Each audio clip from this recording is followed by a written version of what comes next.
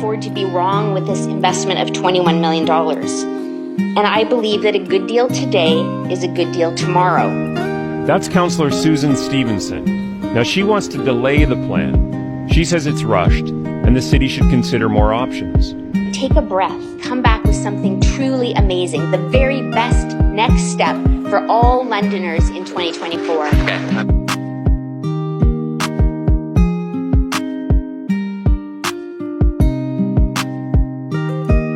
Have an on-the-ground effect. Our provincial government cut the affordable housing funding by $250 million a year several years back, and that means that new affordable housing developments are not happening, which creates and influences that backlog in the system.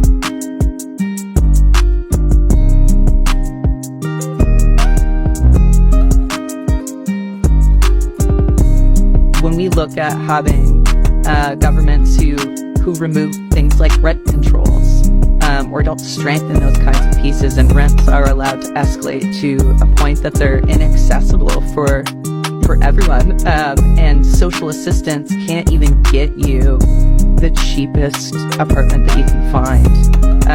That's the problem. You know, when people receive Ontario Works, they get $400 for rent a month. We can't find rooms for people for that amount.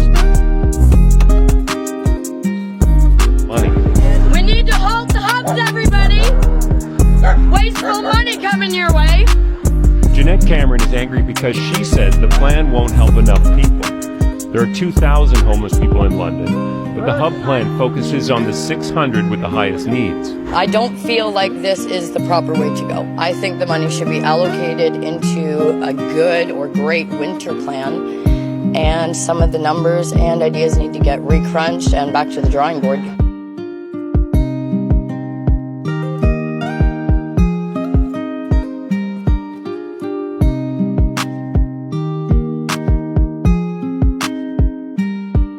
Also, that most people who use, drugs and alcohol in a problematic way are housed. Most people who have struggles with their mental health issues are housed.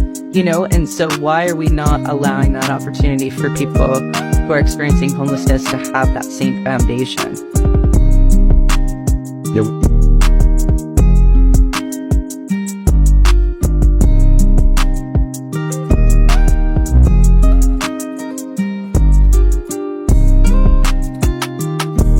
I am going to fail because I am looked down on because I am homeless. And living with something like that is hard. Living with an addiction, a mental health issue, it's hard, and it's not fair to judge people for that. Like, yes, we ended up here because of that, but honestly, most of us are trying our best to get better so we can get out of that situation. Or even just try to make it by so we can live like a normal human being, because normal human beings deserve to be able to shower and sleep in a bed. And that's the bare minimum of humanity. And what do you hope for? What I hope for?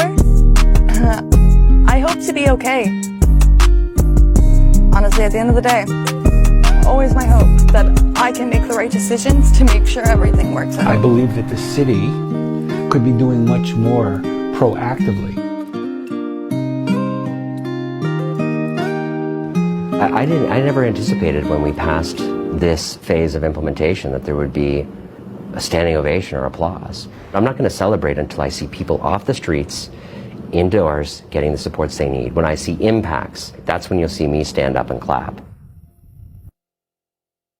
I don't think we can afford to be wrong with this investment of $20